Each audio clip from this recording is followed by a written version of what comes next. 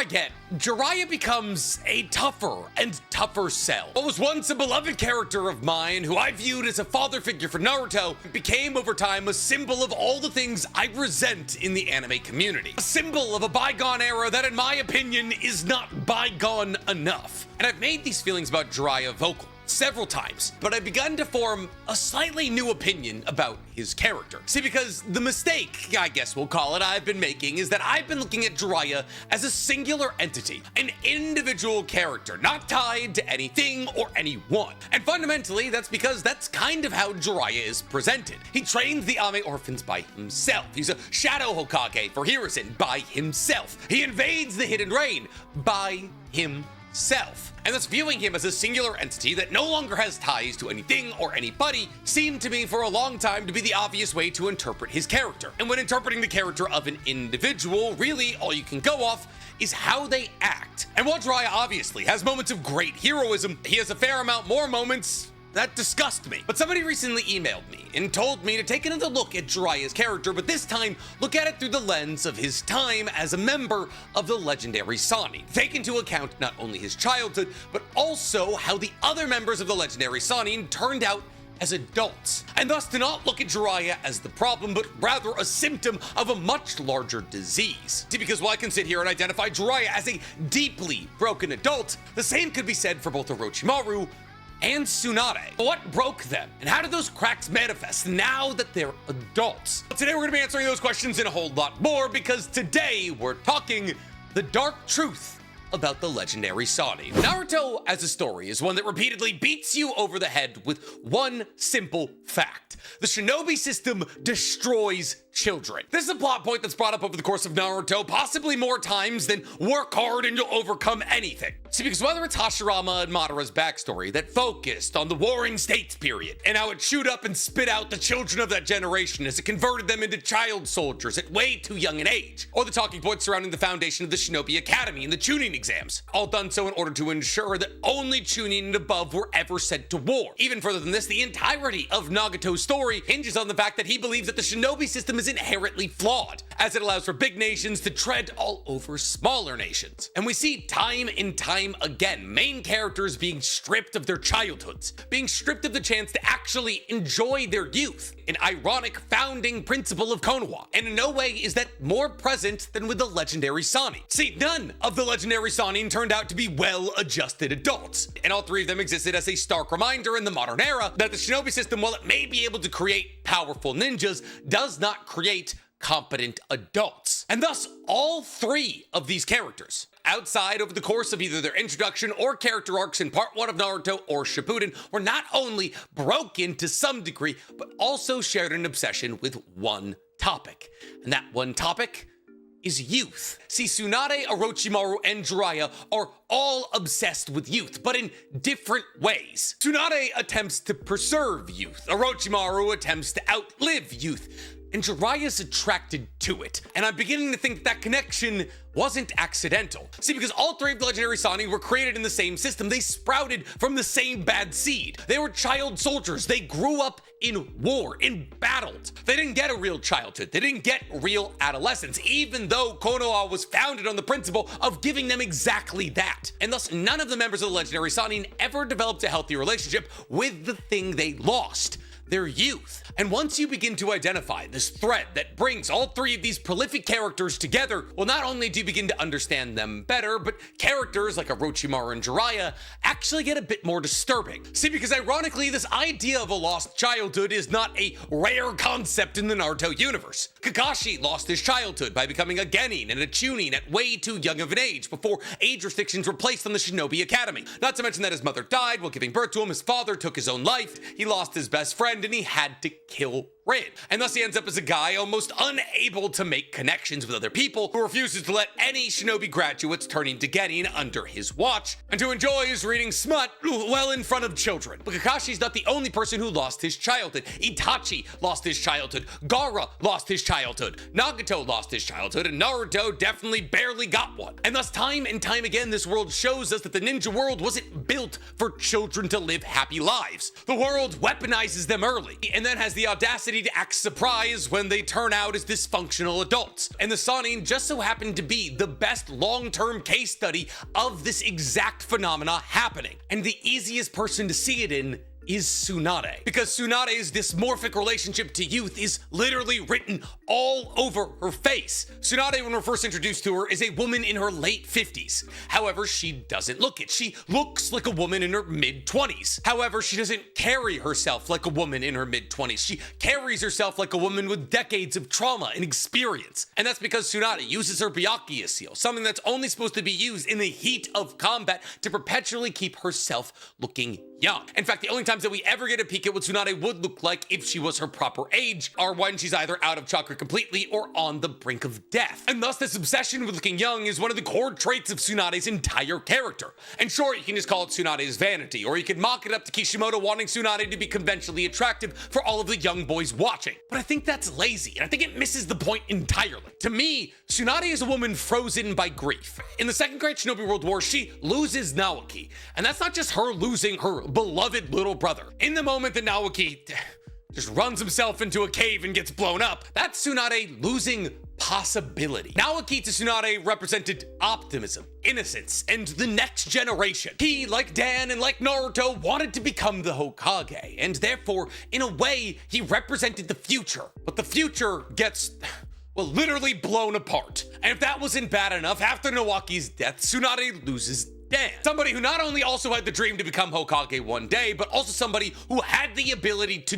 do so. In Tsunade's mind, Dan was probably untouchable. I mean, his jutsu literally allowed himself to separate his soul from his body and jump into the bodies of others, killing them at no risk to himself. Fundamentally, with a jutsu like that, there was never really a reason for Dan to die in the war. And yet, he does. And another future in Tsunade's life is cut short. Another person whose life ends before it could actually become what it was supposed to be. And after that, Tsunade doesn't become bitter or angry. She becomes emotionally frozen. My mom always used to tell me that people tend to act exactly as old as they were when they were traumatized. And with Tsunade, I think that's exactly the case. At the age that she loses Dan, she decides to freeze herself. She gives up on her hopes, her dreams, on connections, and she begins living like somebody who knows that her best days are behind her. So when I see Tsunade decide to stop aging, I don't go, oh, you know, because women hate crow's feet. I see that as somebody trying to hold on to the era when the people that she loved were still alive. But the irony in Tsunade's character is that even though she's the greatest medical ninjutsu user on Earth,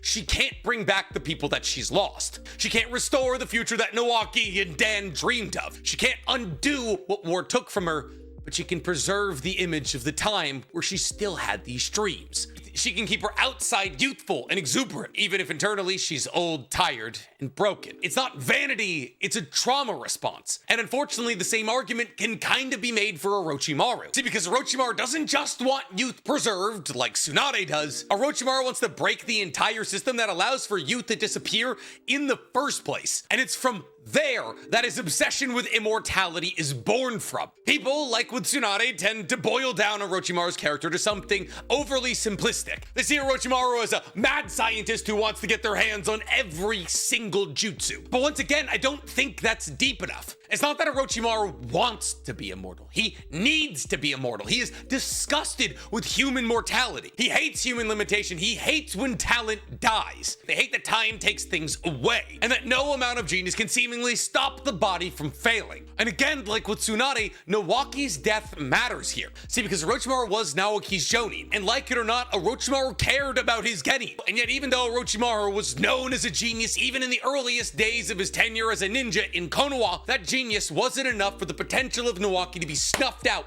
directly in front of him. However, rather than focusing his attention on the village or the shinobi system at large as potential culprits to answer the question of why those with potential could be snuffed out, Orochimaru rather decided to go to the true root of the issue. The problem isn't the village, it's not the shinobi system. The problem is that humans are mortal, and that is Orochimaru's sickness. And when your goal is immortality, to become the Library of Alexandria in living form, an index of every jutsu and every piece of information the ninja world could ever need, any kind of ends can justify those means. See, because at the end of the road, when Orochimaru accomplishes everything they want to, mortality will not only have been defeated, but the entire world will have answers to any question they could ever ask. task, and thus experimentation on children, the pursuit of forbidden jutsu, transferring bodies, hunting down bloodlines, treating people as vessels. Those are all just small ripples in an ocean comparatively to the tsunami of cracking the code of immortality. And that's what makes Orochimaru as a character so disturbing. He, like all of the other legendary Sannin, is afraid of death. But he does something about it. He gives up on his humanity. He decides that if life is temporary, so long as they violate every single boundary that makes human life human after all, eventually they may be able to beat the root cause of it all: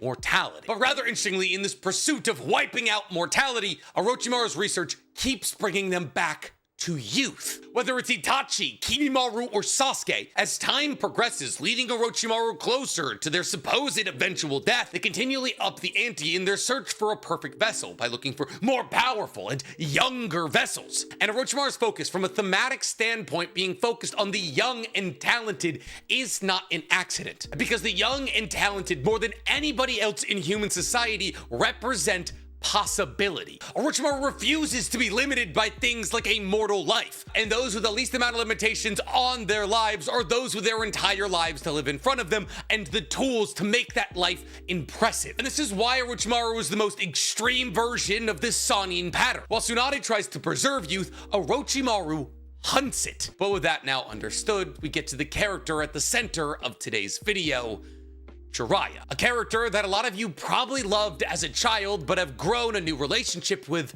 as you've grown up.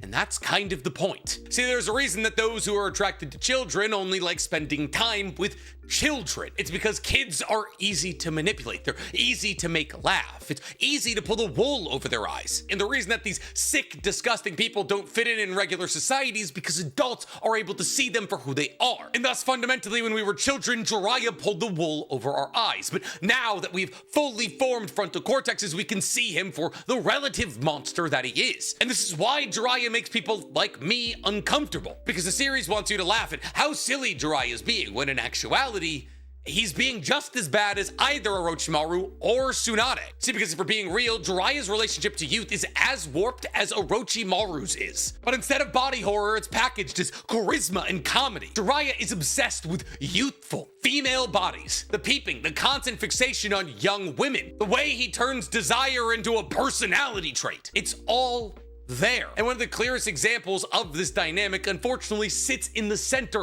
of Jiraiya and Naruto's relationship, as Naruto is perpetually pushed to use his sexy jutsu as a form of compensation to receive training from Jiraiya. Think about how insane that is for even 1 second. Naruto, a child, a 12-year-old child, transforms into a young, naked woman to convince Jiraiya to train him, and every single time Jiraiya doesn't feel like training him, he asks Naruto to show him his sexy jutsu to give him a little bit of motivation. And the story plays it as a joke, but the joke itself is the evidence, because what it tells you is that Jiraiya's connection to youth and desire is not incidental. It's so important and central to his character that some of his most important mentorships are filtered through it. I mean, my God, he tells Konan, who he meets as a child, that one day when she grows up into a beautiful woman, to seek him out. And this is where, unfortunately, I gotta tell you, Orochimaru and Jiraiya have a lot more in common than most of you are willing to admit. Now, let me be clear, because a lot of people get stupid when they hear comparisons like this. Orochimaru is worse.